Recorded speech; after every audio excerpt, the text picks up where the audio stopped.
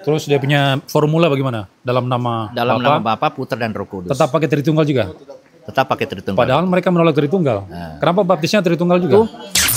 Saya dijemput hari Kamis untuk pembahasan tentang klimaks Wahyu. Ada sama Beto yang warna kuning. Kitab Wahyu. Nanti hari Minggu di Balai Kerajaan tuh ibadahnya. Makanya dari itu, kenapa sangat penting kita untuk belajar Alkitab dengan baik. Belajar juga menafsir Alkitab dengan baik. Sehingga ketika ada pertanyaan-pertanyaan seperti itu, kita bisa kuat menepis berbagai macam pertanyaan-pertanyaan yang keliru. Ya, tapi Yohanes 1 ayat 1 itu menarik. Kan dia bilang pada mulanya adalah firman. Firman itu adalah suatu Allah. Ya.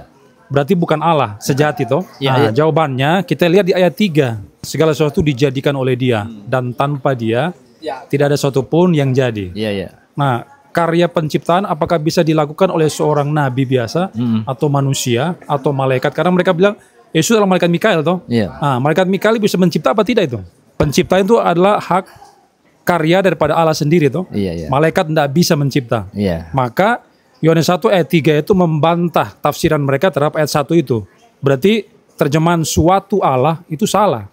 Karena dia mencipta segala sesuatu.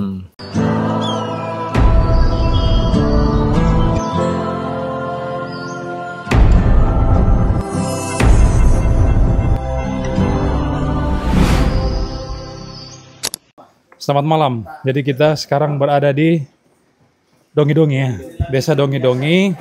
Tempatnya Bapak Pendeta Filipus. Beliau adalah gembala sidang dari Dongi-Dongi. Dan ini adalah Bapak siapa? James Bapak James. Dari GBI. dari GBI. GBI Bapak dari- Dongi-Dongi. Dari Kalau Pak Filipus dari GAA. Gereja Alkitab Anugerah. Grace Bible Church. Pak Diki, dari mana Pak Diki? kami dari Persekutuan Dawanit. Dulu mantan saksi Hopa, pernah ikut bergabung Berapa lama, berapa tahun? di organisasi. Kurang lebih 3 tahun setengah saya bergabung 3 tahun sama setengah. saksi Hopa. Terus bagaimana caranya Bapak sampai keluar dari cengkeraman Sasiova itu? Apa yang Ceritanya terjadi? panjang Pak, pengalamannya itu Pak. Secara manusia kalau kita sudah ikut organisasi itu, tidak mungkin kita bisa terlepas dari Terlepas. organisasi. Karena istilah orang karena itu sudah cuci otak. Ya, Cuci otak. Kita sudah didoktrinisasi dengan ajaran mereka itu bahwa ajaran mereka paling benar dari semua ajaran. Waktu saya ikut itu sebenarnya saya tuh waktu di Samarinda itu saya memang ada 2 orang tuh mereka datang itu pasangan-pasangan yang satu ganteng dan cantik. Rupanya itu bagaimana cara kita untuk membuat kita terpikat dengan trik mereka itu. Waktu saya di Samarinda mereka sering datangi, dibilang bro, saya ini hanya ingin berkenalan begitu, berkenalan. Dia bilang kami juga dari gereja Kristen begitu kata-kata mereka begitu. Nah, waktu itu saya. Oh, dorong belum mau bilang dari Saksi Yehova, dorong teh bilang. Nah, mereka bilang mereka dari sama saja Kristen di mereka. pengalaman pertamanya masih Iya. Kristen. Terus lihat Alkitab, lembaga lain punya. Dia bilang sama coba Alkitab lembaga lain dia bilang sama saja. Tidak beda. Nah, tapi saya waktu itu belum ada dasar ya, dari pengajaran akan Kristen belum ada. Tapi berlalunya waktu itu saya pindah ke Palu. Kebetulan tua saya yang saya itu juga dia punya tante-tante di Manado itu memang pengikut Advent dan sesi Hopa juga. Nah, dari situ kami ada ketertarikan di situ. Maka mereka sering datang dengan kita. Boleh bro kalau saya datang berkunjung. Nah ini ada tawarkan ada buku pengetahuan menuntun kepada kehidupan yang kekal. Nah itu. Jadi Menara Pengawal. Menara Pengawal. Waktu itu dia kasih pinjam. Dia bilang nanti saya datang lagi bro boleh. Nah waktu datang itu sebenarnya ya boleh aja. Saya kan juga penasaran ini apa sebenarnya ini ajaran ini toh. Waktu itu memang saya ini orangnya apa ya? Saya haus kebenaran memang. Nah, saya pelajari gitu. Tertarik ini kan. Orangnya juga sangat sopan, penuh kasih ya begitu. Saya bilang selama ini saya jadi orang Kristen tidak pernah begini, diberikan pengajaran begini. Nah, dia kasih buku itu baca dulu dia bilang nanti saya datang lagi. Anda sudah tanya, kau pelajari tentang doktrin Allah. Doktrin Allah saya pelajari. Oh, saya bilang ini bagus ini, tertarik saya kan. Setelah saya pelajari dia tanya begini. Nanti dia suruh kita pelajari dia tanya nanti dia yang jawab begitu. Akhirnya berjalan berapa begitu waktu berjalannya waktu 1 tahun sudah, diajak saya ikut di ibadahnya di Balai Kerajaan. Di mana DP Tampah? Pertama di Jalan Sidole 2, Sidole. di rumahnya Gunung Ibu Sidole. Wati. Gunung Sidole. Ya. Tapi Ibu Wati waktu itu belum jadi penatua, masih sebagai pengurus saja. Suaminya juga belum betul-betul ikut di organisasi, cuma masih Pak Agam masih siapa? iya Pak Agama itu masih mempelajari juga. Kebetulan itu saya punya teman SMA 2. Nah, setelah itu berkembangnya waktu, saya dijemput ikut di Jalan Tembang. Jalan Tembang itu ada di sekarang kalau di Jalan Tembang itu di Jalan Iman Bonjol ya, di Bumi Bahari. Membonjol. Nah, ada di tengah sawah itu ada jalan setapak, di situ ada sebuah rumah. Kami diajak situ, saya bilang untuk apa Pak? Dia bilang kita akan putar slide, waktu itu masih slide ya, pemutaran pembaptisan pertemuan seluruh saksi Yehova di Ukraina, dibaptis 40 orang diselamkan waktu itu di stadion Mereka Ukraina. berarti baptis Islam mereka. Iya di Ukraina. Terus dia punya formula bagaimana? Dalam nama Nama Bapa, Putra dan Roh Kudus. tetap pakai Tritunggal juga. Tetap pakai Tritunggal. Padahal mereka menolak Tritunggal. Kenapa baptisnya Tritunggal juga? Makanya Padahal saya menolak Tritunggal. Makanya itu saya belum ke situ, saya punya pandangan, belum situ saya punya pengertian tentang Allah Tritunggal. Saya tidak ada protes, saya pelajari dulu. Saya pelajari, situ saya diputarkan. Waktu itu saya kaget sekali Pak. Kenapa saya kaget? Teman-teman saya yang SMA 2 itu yang tadi yang saya di gereja Immanuel saya diberkati situ, ternyata ada di dalam itu semua Pak. Saya bilang, kau ada di sini kenapa? Kamu ada di sini kenapa? Dia bilang kita ini semua baru juga Pak Diki. Saya juga baru di sini bergabung. Sudah ini organisasi yang benar dari semua ajaran Kristen. Nah, Promosi doang. jadi saya juga, saya bilang gitu ya. Tapi saya kenapa di dalam hati saya, tapi ada kontradiksi begitu, pertentangan, ada Roh Kudus di dalam situ. Seolah-olah saya bilang tidak, saya ini harus mempelajari dulu mana sebenarnya yang benar. Ada filter dulu saya begitu. Nah, berjalannya waktu, saya dijemput hari Kamis untuk pembahasan tentang klimaks Wahyu. Ada sama Abeto yang warna kuning. Kitab Wahyu. Nanti hari Minggu di Balai Kerajaan tuh ibadahnya. Pujiannya hanya pembukaan dan penutup, tidak ada bicara tentang Yesus. Tentang Ibadah umumnya hari apa? Hari Minggu. juga, tetap Iya. Minggu ya. Tapi dia tidak ada penyembahan pujian, hanya ada pembahasan kayak PA pembahasan PA begitu. Oh. Angkat tangan begitu, baru jawab. Itu saja setiap hari Minggu. Nah, setelah itu berjalannya waktu, saya dijemput setiap hari Minggu, hari Kamis saya ikut seminarnya begitu. Nah, Tunggu dulu, ibadahnya setiap minggu berapa kali? Cuma minggu tuh atau ada? setiap minggu saja, setiap minggu. Hari lain ada ibadah? Hari Kamis itu. Kamis minggu berarti? Kamis nyebut pembahasan tentang Wahyu. Oh, Kamis. Nah, dan Wahyu itu ditafsirkan menurut cara mereka. Begitu. Nah, berjalannya waktu setelah itu saya mulai diajar untuk bisa pergi menjangkau jiwa dari pintu ke pintu, door to door begitu, melayani jiwa-jiwa. Saya diajar bagaimana sebagai orang Kristen tidak hanya diam, tapi bergerak aktif di dalam penginjilan. Dari itulah saya sehingga sekarang ini saya tuh mengambil hikmatnya dari cara-cara mereka yang kita bisa ambil gitu, Pak. Makanya saya selalu semangat tuh memberitakan Injil lewat kepada setiap jiwa itu. Itu kelebihan mereka ya. Kan door to door mereka ini, semangat. Dan kita sudah dicuci otak kita dengan doktrin tentang Allah, tentang kematian. Kalau Allah itu Allah Esa toh, tentang kematian, bahwa roh ini tidak ada. Kita mati seperti binatang saja, habis lenyap, tidak ada lagi bilang ada roh melayang apa semua, tidak betul semua itu. Jadi kalau manusia itu mati, Manusia mati ya seperti binatang saja, tidak beda binatang, sama. Makanya tidak ada acara-acara ibadah penghiburan apa semua, ngapain dibilang. Jadi kalau mati ya sudah, tidak ada keramaian apa. berarti tidak ada lagi pengharapan lagi di. Tidak ada pengharapan ada, nanti mereka bilang yang kita tetap hidup di bumi baru dan langit baru. Di bumi ini, tapi bumi baru dan langit baru. Kita tidak pergi ke surga apa, tidak ada. Berarti neraka tidak ada juga. Neraka tidak ada. Surga cuma 144.000. Surga hanya 144.000 yang sudah tertulis di dalam Wahyu. Oh begitu. Iya. Sekarang sementara digenapi, kalau sudah cukup 144.000 orang terpilih yang masuk di surga, cuma hanya itu yang masuk. Hanya itu yang masuk. Yang kita semua ini tidak. Jadi yang tidak masuk ini tempatnya di mana? menurut pendapat Yang tidak masuk di bumi baru di bumi baru. dan langit baru itu. Bumi baru yang di kita tempat Firdaus. Firdaus lah. Oh, Gitu dia. Itu doktrin kematian tuh. Doktrin Allah bagaimana? Allah yang benar itu Allahnya Bapa saja. Yesus itu Yesus diciptakan. Dalam Amsal 8 ayat 22. itu dasar yang mau pegang. Iya. Wahyu Dalam 3:14. Wahyu juga mengatakan begitu. Dia saksi utama permulaan dari ciptaan Allah. Iya. Nah, mereka interpretasi itu seolah-olah Yesus diciptakan dari permulaan pekerjaan Allah. Nah, saya disampaikan begitu. Jadi saya percaya Bapa itu yang mencipta Yesus. Iya. Tapi dia bilang kita bukan tidak menghormati Yesus. Dia punya ada sebuah buku tebalnya itu membicarakan tentang tokoh terbesar sepanjang masa Yesus.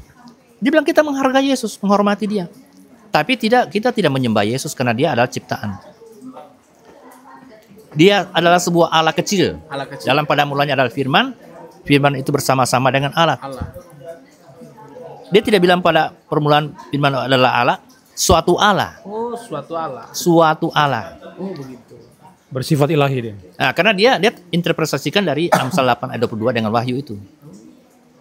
Nah, dia telah diciptakan pada permulaan pekerjaan Allah. Iya.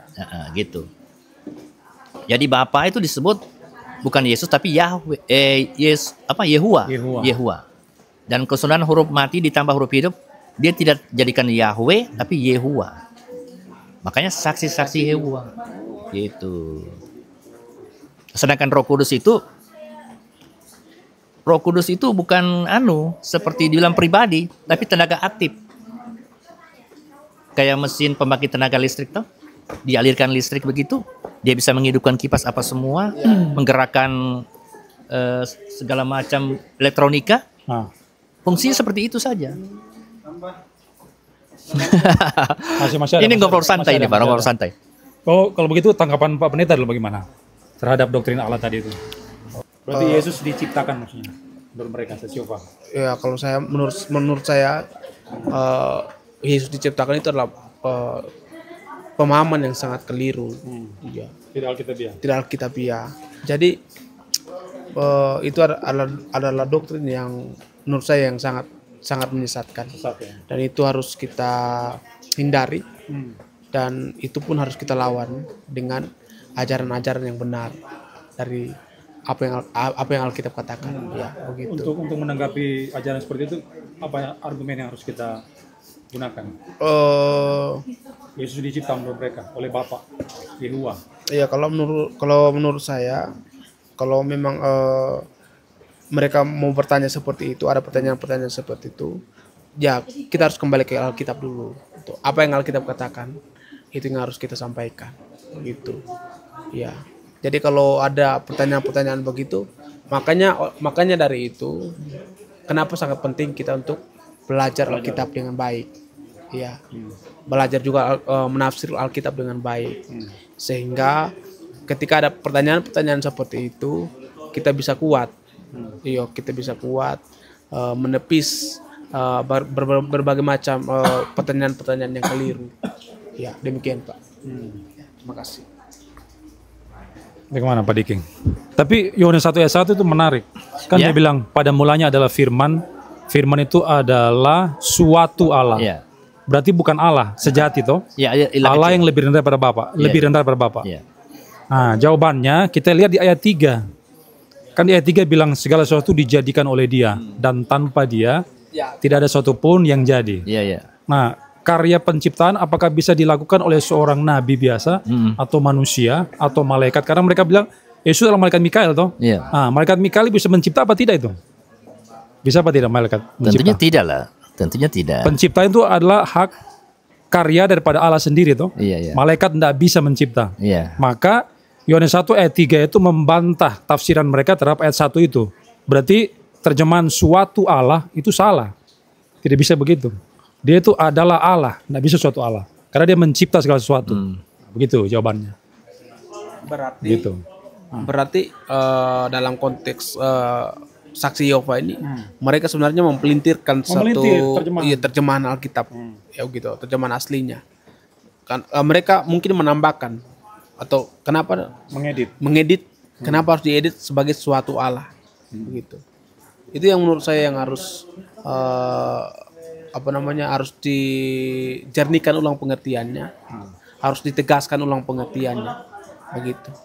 Mengenai penafsir Alkitab itu. Makanya ayat mereka itu Amsal 8 ayat 22 dengan Wahyu itu mereka bilang itu alat andalan mereka untuk membuat orang-orang Kristen yang tidak punya pengetahuan bisa terjebak itu dalam. Bagaimana cara menjawab?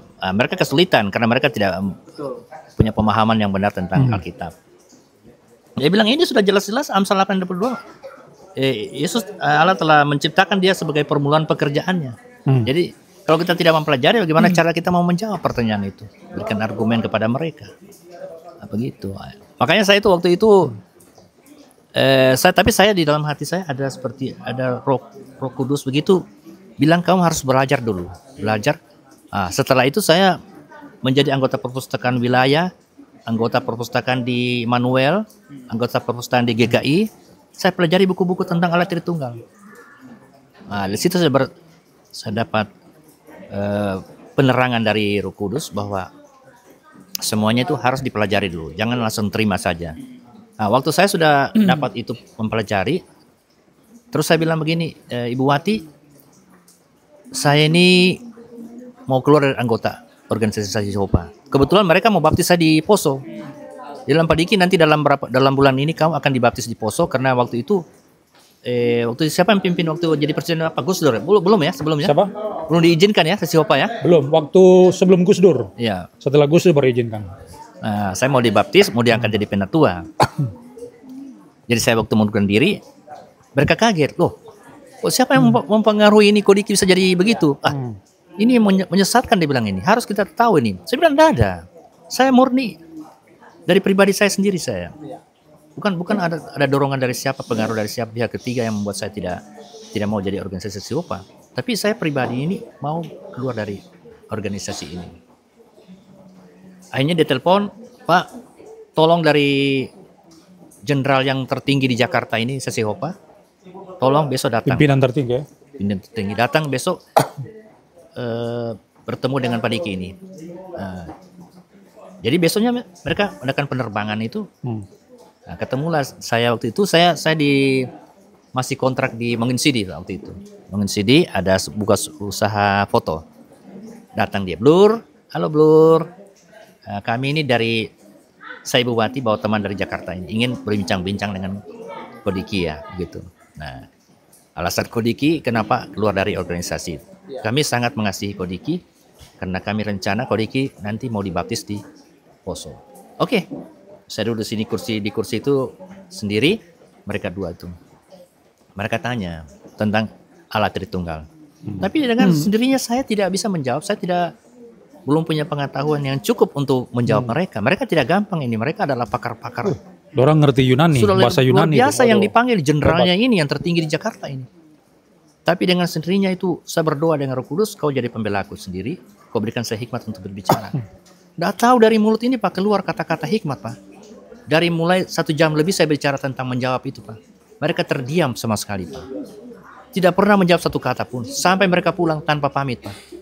Mereka pulang langsung ke Jakarta terbang Pak. Dengan muka tersipu-sipu malu. Saya bilang apa ini yang terjadi ini? Ini pengalaman saya nih Pak. Ini saya terus terang saya bicarain demi kebenaran nih Pak. Kalau saya bicara sendiri untuk bikin pembelaan, tidak bisa saya jawab Pak. Tentang Allah ini kan bagaimana kita cara menjelaskan Allah Tritunggal. Sedangkan mereka kuasai bahasa Ibrani dan Yunani menurut tafsiran mereka. Jadi begitu, akhirnya Ibu Wati bilang, tunggu, kapan hari saya mau ketemu lagi kau setelah pulang jenderal itu tuh, pimpinan tertingginya itu. Tetap saya mau kejar kau, dia bilang. Sampai akhirnya saya tidak bisa bilang, saya sudah memutuskan, saya tidak mau ikut bergabung dengan organisasi Bapak, karena ini interpretasinya penafsirannya keliru, saya bilang. Yesus adalah Allah yang tidak bisa tergantikan. Saya bilang. Kalau Ibu tidak percaya tentang Yesus silakan Bu, itu Ibu punya hak. Tapi saya tidak mau bergabung lagi di organisasi Ibu. Nah, begitu ceritanya. Sehingga saya keluar dari organisasi itu. Waktu itu saya melayani berapa orang, termasuk kakak saya saudara yang bergabung di Persekutuan Rohani ini. Termasuk adiknya Ripka yang istrinya Heski. Itu di Balikpapan. Sempat saya bilang kau itu sesat. Bidat saya bilang. Kalau kau tidak ikut organisasi ini, kau tidak selamat. Bayangkan saya begitu radikal Pak waktu itu Pak. Saya berani bilang orang sesat Pak. Saya berani menghakimi orang. Begitu orang sesihopa Pak kalau bicara Pak. Dia tidak segan-segan bilang Bapak sesat. Bidat Pak. Nah, akhirnya Tuhan tangkap saya begitu. Ketemu ini Pak Albert. Mengenai juga neraka itu Pak, tidak ada Pak. Karena Allah itu kasih adanya. Kalau Allah kasih, masa menghukum manusia selamanya, sedangkan manusia berbuat dosa 20 tahun, masa dihukum selamanya? Kan tidak masuk logika manusia Pak. Bagaimana Allah kita itu, Allah yang kasih itu, masa menghukum manusia selamanya? Gitu. Allah adalah kasih ya. Ya Allah. Argumen. Dalam ajaran mereka itu tidak ada penghukuman Allah. Tidak ada. Artinya berarti keadilan Allah itu bagaimana? Itu. Pandangan mereka itu. Waktu itu mereka tidak pernah menyinggung masalah keadilan, tapi dia menekankan tentang kasih saja. Iya. Kasih saja. Nah, makanya orang-orang banyak begitu antusias mengikuti ajaran Sachihopa ini karena dia menunjukkan kasih. Kasih, Bapak marah dia tidak marah Pak. Kalau kita nggak bisa disenggol Pak. Biar Bapak maki-maki dia, kau begini bangsat.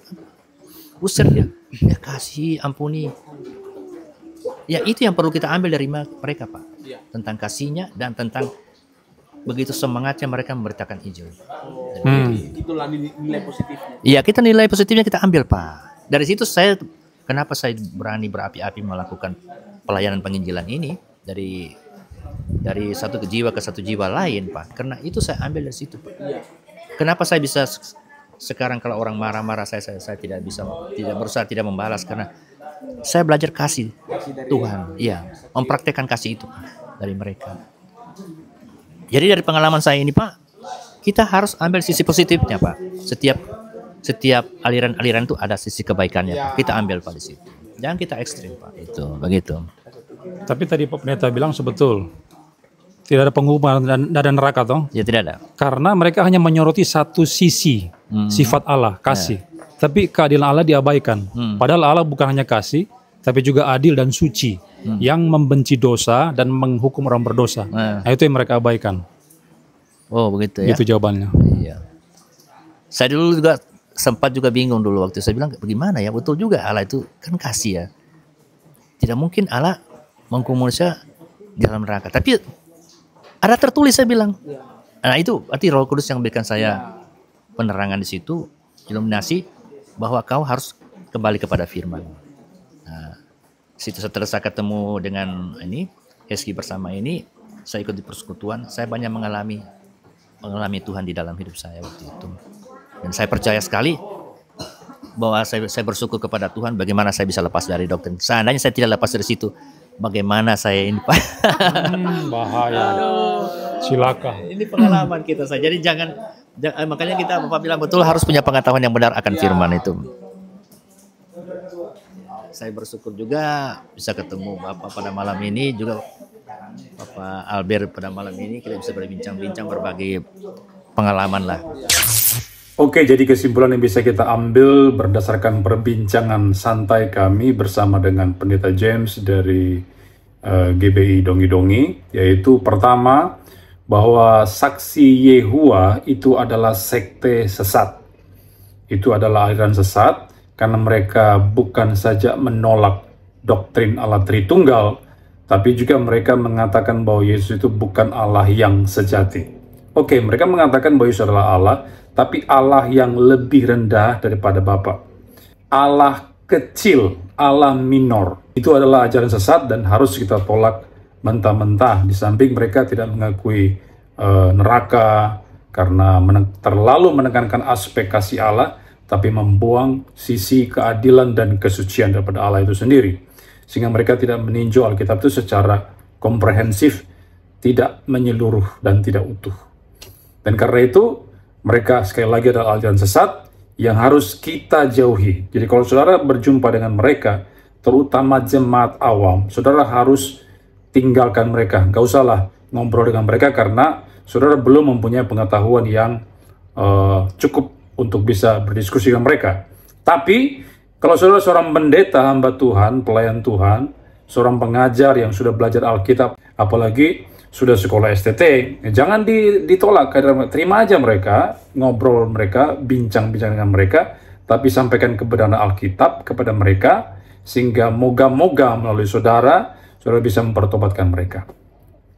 Yang kedua, walaupun demikian, ada sisi positif daripada aliran ini, yaitu apa? Mereka begitu radikal, begitu penuh semangat, begitu militan untuk memberitakan ajaran mereka. Door to door ya, seperti perbincangan kami, pindah dari satu tempat ke tempat lain, dan saya mengalami itu sendiri, kan mereka datang kepada saya untuk memberitakan ajaran mereka dengan penuh semangat, katanya tidak dibayar oleh lembaga mereka. Nah, itu hal yang positif yang juga harus kita tiru. Mereka punya ajaran yang sudah salah, yang sesat, tapi bisa penuh semangat. Kenapa kita yang punya ajaran benar, kita tidak bisa bersemangat seperti mereka? Kita yang benar mestinya jauh lebih semangat memberitakan Injil ya kepada orang-orang yang belum mengenal Kristus. Nah, ini tantangan bagi kita untuk jangan mau kalah dengan militansi mereka dalam memberitakan kebenaran Alkitab. Kemudian yang ketiga, bagaimana cara agar menghadapi mereka? Tidak ada cara lain selain kita harus belajar. Seperti dikatakan oleh Pendeta James, kita harus belajar Alkitab supaya bisa mengetahui, oh ini ajaran yang salah dan ini ajaran yang benar. Kenapa? Karena kita sudah mengetahui doktrin-doktrin benar yang sudah kita pelajari tadi itu. Sehingga kalau ada hal-hal yang menyimpang, kita punya sense untuk menghindari itu atau mengcounter ajaran tersebut.